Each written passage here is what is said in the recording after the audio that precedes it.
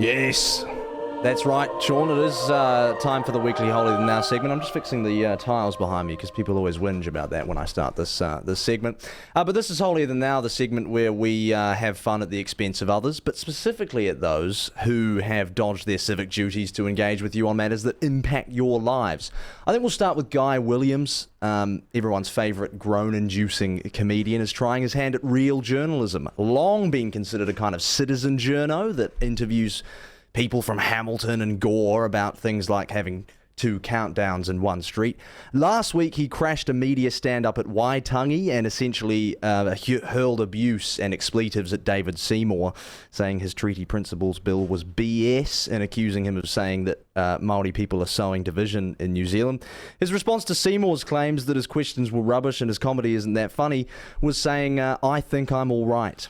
Which is fair enough, and he's allowed to think he's all right. But I think most New Zealanders, having had enough of the mainstream media's patently biased coverage of issues like the treaty, with One News going so far as to perform a haka with a key organiser of a hikoi protest against the government, would like nothing less than to be subjected to another parading lefty with a microphone and no idea how journalism works. Unfortunately for the unsuspecting New Zealand public, though, seems like that's exactly what you're going to get. Guy Williams has been given almost $1 million of taxpayers' money to fund his latest television venture, which clearly involves him rocking up to pivotal political events dressed as a journalist, saying he doesn't like the government. We tried to talk to Guy about his new show and the money he's been given to film it, but he's ignored all of our messages and did not respond when I asked him to appear this week. I say that he's not a real journalist, but actually saying stuff that isn't true and then running away, it kind of puts him on par with many of the television journalists we have in this country, so maybe he's not off to such a bad start. Also this week, Greens and Rongotai MP Julianne Genter, who has allegedly flown off the handle once again at an unsuspecting member of the public, in this case a woman in her 70s, who, we understand, was making critical remarks about Wellington's Mayor Tory Whanau, also a premier member of the Chardonnay dinner party going in a green circle.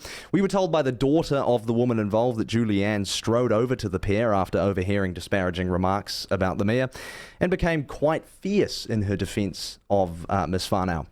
This all took place in an organic store, by the way, which makes the story 10 times better, and we've spoken to the owner of the store in question, who confirmed that an altercation of sorts took place on the morning that our caller specified, but didn't wish to take the matter any further than that.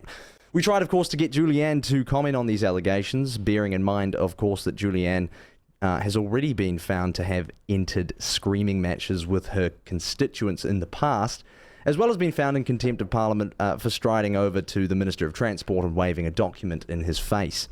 She would not appear on the programme, nor would she respond to a single one of our calls or text messages, partly because she belongs to a party that's persisting with their blacklist of the platform that they claim is a weapon, and that by ignoring us and you, they are somehow occupying this moral high ground that, quite frankly, is beginning to slip away from under them, given their MPs have done everything from exploit migrant workers, shoplifted and publicly supported registered terrorist organisations, and that is just in the last couple of years. So if there's any party that needs to talk their way out of trouble, it's probably the Greens. Alas, they remain stubborn. Luxon probably needs another mention, I think, though this is the final time I'm shouting him out on this segment. I don't think we're going to bother anymore. He's clearly got no interest in communicating with the tens of thousands of people that watch our stuff. And I think it's practicing cancel culture and being woke, which are 2 of the reasons why Labour, I think, were ousted from government at the last election.